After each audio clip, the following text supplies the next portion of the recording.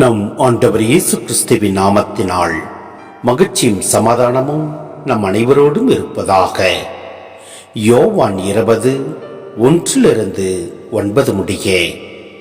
வாரத்தின் முதல் நாள் அன்று விடியற் காலையில் இருள் நீங்கும் முன்பே மகதல மரியா கல்லறைக்கு சென்றார். கல்லறை வாயிலில் இருந்த கல் அகற்றப்பட்டிருப்பதை கண்டார். எனவே அவர் சீமோன் பேதுருவிடமும் இயேசு தனி அன்பு கொண்டிருந்த மற்ற சீடரிடமும் வந்து, ஆண்டவரை கல்லறையிலிருந்து யாரோ எடுத்துக்கொண்டு போய்விட்டனர், அவரை எங்கே கொண்டு வைத்தனரோ எங்களுக்கு தெரியவில்லை என்றார். இதை கேட்ட பேதுருவும் மற்ற சீடரும் கல்லறைக்கு புறப்பட்டனர். இருவரும் ஒருமித்து ஓடினர். மற்ற சீடர் பேதுருவை விட விரைவாக ஓடி முதலில் கல்லறையை அடைந்தார். அவர் குனிந்து பார்த்தபோது துணிகள் கிடப்பதை கண்டார். ஆனால் உள்ளே நுழையவில்லை.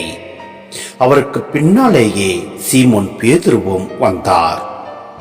நேரே அவர் கல்லறைக்குள் நுழைந்தார். அங்கு துணிகளையும் இயேசுவின் தலையை மூடியிருந்த துண்டையும் கண்டார்.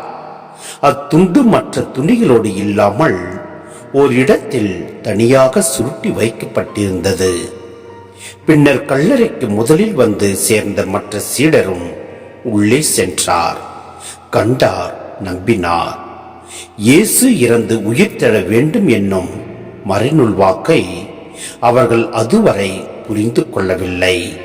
சிந்தனை: உண்மையை பேசியதற்காக, வாழ்வை கொடுத்ததற்காக, வாழும் வழியை காட்டியதற்காக இயேசு கொல்லப்பட்டார்.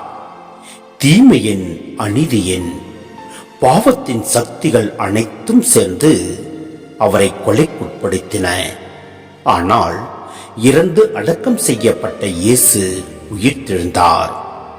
இறந்த 3ஆம் நாள் வெற்றி வீரராய் கல்லறையிலிருந்து உயிரோடு வெளியே வந்தார். தம்மோடு நெருங்கிய உறவு கொண்டிருந்த தம் சீடருக்கு தோன்றி அவர்களோடு அவர் உரையாடினார். உணவுண்டு உறவாடி மகிழ்ந்தார். தந்தை தமக்கு கொடுத்த பணியை முடித்துவிட்டு மீண்டும் தந்தையிடம் திரும்பிச் சென்றார். இயேசு உயிர்த்தெழுந்தார் என்று சொல்லும் பொழுது அவர் இன்றும் என்றும் நம்மோடு வாழ்கிறார் என்பதுதான் பொருள்.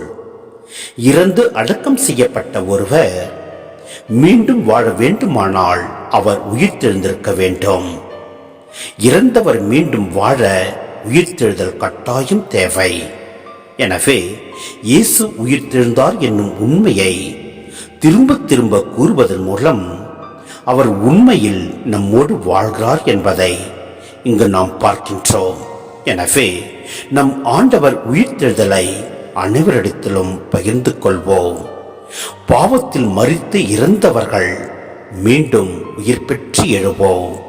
நம் ஆண்டவரில் நம்பிக்கை வைப்போம். அவரில் விசுவாசம் கொண்டு அவரோடு நாம் வாழ்வோம். எல்லாம் வல்ல இறைவன் நம்மை நிறைவாய் ஆசீர்வதிப்பார். ஆமென்.